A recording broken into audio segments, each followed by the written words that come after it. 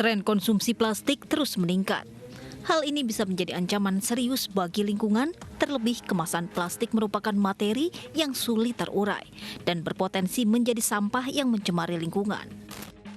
Di kota besar seperti Jakarta, limbah sampah plastik mencapai 8.000 ton per harinya.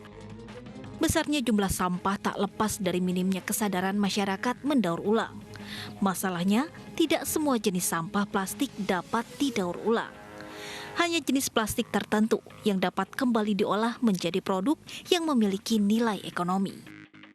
Sampah plastik rumah tangga yang dihasilkan oleh masyarakat sebagian besar dimanfaatkan oleh pemulung untuk kemudian dikelola oleh pengepul dan dikerahkan kembali oleh pelapak dalam skala besar. Disinilah roda ekonomi berputar. Kita dari awal beli dari pemulung, itu botol-botol sampah. Biasa di pemulung kan dioper lagi ke lapak-lapak ya. Dari lapak baru dioper ke kita penggilingan. Biasa kita orang beli di sekitar harga 5 ribuan per kilo. Kalau udah di balpres biasa lebih mahal sedikit harganya. Nanti di prosesnya kan disortir. Kalau yang agak kotor mungkin dipisahin, yang warna dipisahin. Kemudian digiling cuci, dikeringkan, langsung dikeringkan. Kita kirim ke pabrik benang ya. Harga kisaran di 7.000 sampai 8.000. Badan Pusat Statistik mencatat hanya 1,2% rumah tangga yang mendaur ulang sampahnya, 66,8% membakar sampah, dan 32% dibuang ke pembuangan ilegal atau illegal dumping. Sehari dapat 15 kilo, kadang-kadang lebih dari segitu, 30 kilo. Uangnya kadang-kadang dapat 30, kadang-kadang cepet, paling minim itu 80.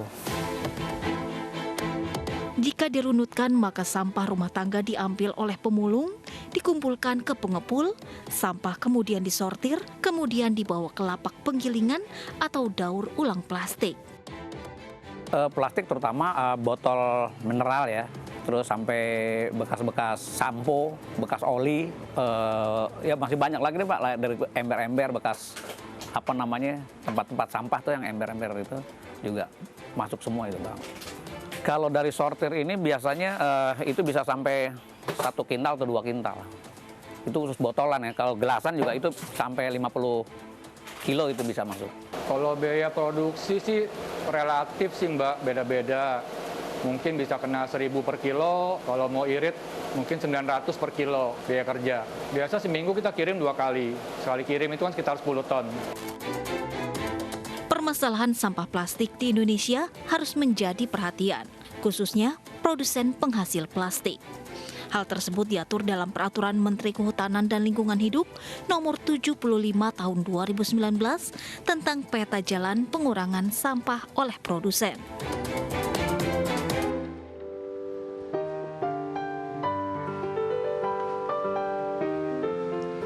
Ya, pemirsa, kembali di program di Indonesia Economic Club. Saya langsung saja ke dua narasumber yang hadir di studio. Arifin, Anda sangat concern terhadap gerakan bank sampah. Berikutnya apa yang akan Anda lakukan dengan cerita-cerita tadi, gitu, bahwa masih sangat kecil di Indonesia dan juga bahkan tadi ada beberapa data yang juga Anda lihat bahwa literasi itu belum benar-benar berhasil di kalangan masyarakat dan masih banyak yang memang belum sadar. Gini, kalau misalnya kesadarannya sebenarnya udah mulai ada ya. Apalagi generasi milenial sudah banyak yang lebih khawatir.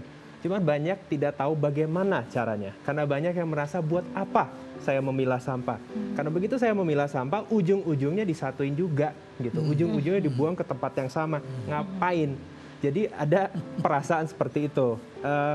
Waktu itu beberapa kali saya pernah posting soal program bank sampah ini dan ternyata ada yang menerima sampah dan didaur ulang dan malahan dihargai, ada nilainya. Itu justru banyak sekali yang tertarik, banyak sekali yang merasa oh beneran ada seperti ini di mana gitu. Justru banyak yang nggak tahu. Jadi lucunya ada beberapa program yang ternyata bagus, tapi brandingnya nggak ada, marketingnya nggak ada gitu. Jadi justru pesannya harus lebih digembor-gemborkan lagi lah. Oke, edukasi literasi memang tidak bisa hanya dilakukan sekali dua kali ya Prof, ya memang betul, harus konsisten dilakukan. Pak Sahut, kaitannya dengan peningkatan pengelolaan sampah. Kalau tadi dilihat dari sirkulasi yang terjadi dari daur ulang sampah begitu.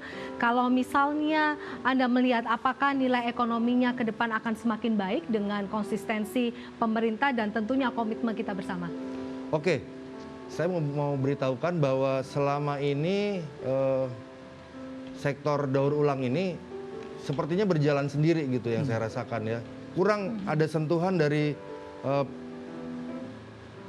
pihak-pihak lain ya, antara lain pemerintah maupun juga produsen. Nah, tapi saya bisa merasakan bahwa sudah mulai ada ini di 1-2 tahun terakhir dari produsen mulai ada yang mau untuk ikutan gitu ya. Jadi memberikan energi untuk kami para pendaur ulang swasta ini untuk bisa lebih banyak mengumpulkan gitu. Jadi kami baru bekerja sama dengan Lem Mineral dan kami berharap ke depan banyak produsen-produsen lain ya selain Lem Mineral juga untuk ikut serta mendukung ya teman-teman ini supaya bisa mendaur ulang semakin banyak sampah juga di daerah-daerah yang semakin sulit ya. Saat ini kebanyakan hanya di kota-kota besar, tapi kita harapkan juga masuk ke desa-desa, ke kawasan pesisir-pesisir, ke daerah-daerah yang memang secara ekonominya rendah gitu. Kalau di tengah pandemik ini apakah mengalami kesulitan dalam pengumpulan sampah?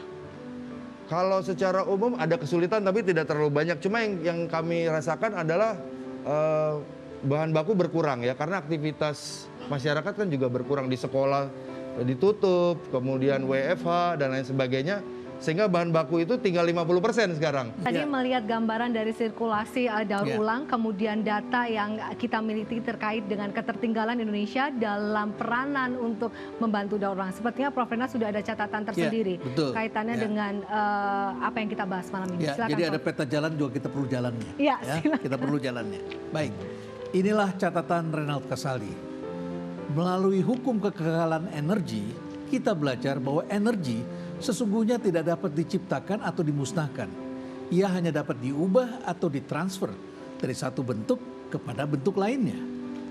Banyak yang tidak tahu bahwa sampah pada dasarnya adalah energi yang bisa dipakai kembali untuk memutar roda kehidupan.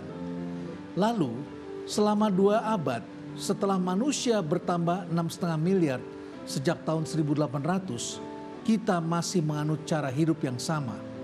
Ambil dari alam, olah pakai, dan buang. Begitulah sistem ekonomi linier yang sangat merusak alam dan menyesakkan nafas. Kini saatnya berubah. Pandemi memberi kita pelajaran bahwa alam ini patut kita sayangi. Dari ambil dan buang menjadi ambil dan kembalikan atau putar kembali.